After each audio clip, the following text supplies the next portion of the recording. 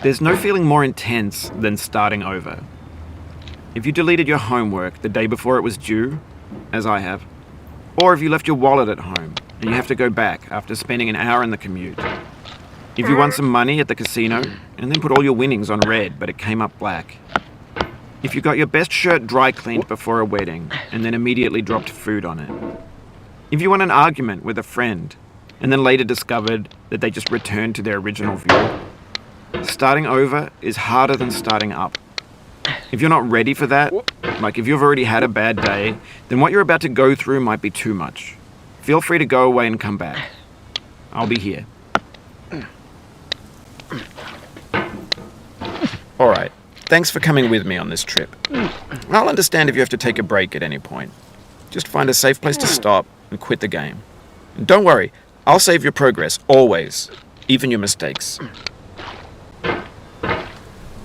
This game is a homage to a free game that came out in 2002, titled Sexy Hiking. The author of that game was Jazuo, a mysterious Czech designer who was known at the time as the father of B games. And B games are rough assemblages of found objects. Designers slap them together very quickly and freely, and they're often too rough and unfriendly to gain much of a following. They're built more for the joy of building them than as polished products.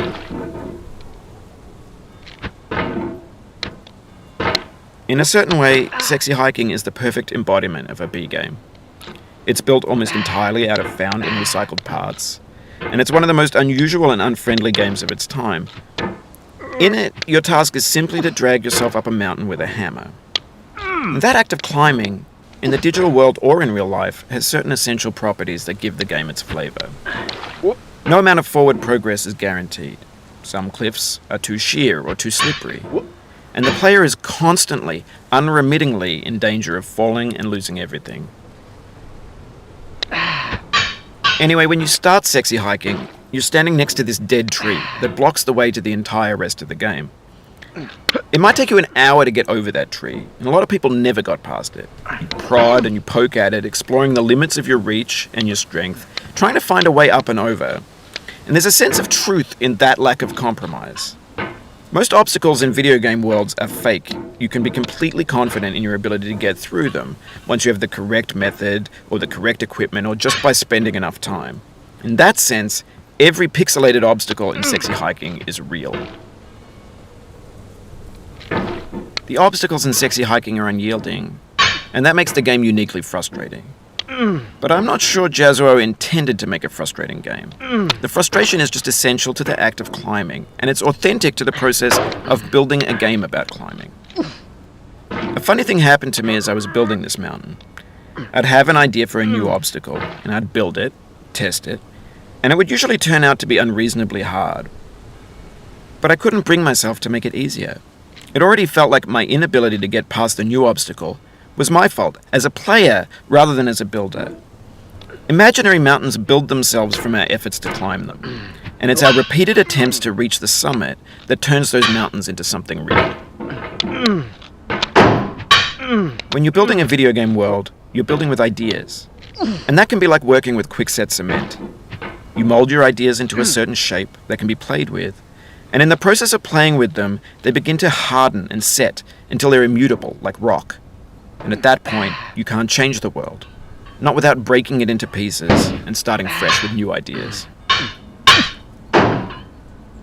For years now, people have been predicting that games would soon be made out of prefabricated objects, bought in a store and assembled into a world.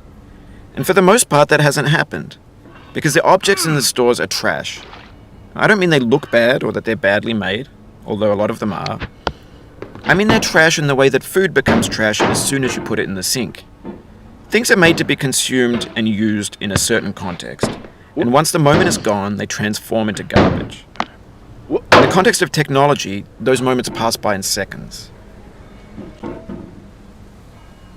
Over time, we've poured more and more refuse into this vast digital landfill that we call the internet. It now vastly outnumbers and outweighs the things that are fresh and untainted and unused. When everything around us is cultural trash, trash becomes the new medium, the lingua franca of the digital age. You can build culture out of trash, but only trash culture. B games, B movies, B music, B philosophy. Maybe this is what digital culture is. A monstrous mountain of trash, the ash heap of creativity's fountain. A landfill with everything we ever thought of in it. Grand, infinite, and unsorted.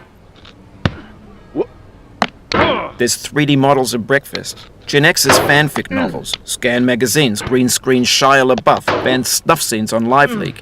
Facebook's got lifelike bots with unbranded adverts and candid shots of Kanye and Taylor Swift mashups, car crash epic failed GIFs, Russian dashcam vids, discussions of McRibs, discarded, forgotten, unrecycled, muddled, rotten, untitled.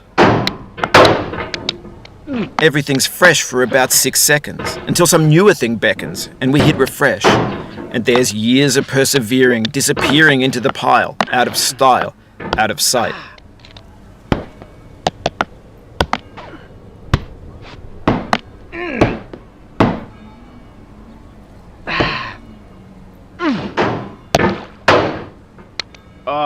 Oh, you just lost a lot of progress. That's a deep frustration, a real punch in the gut.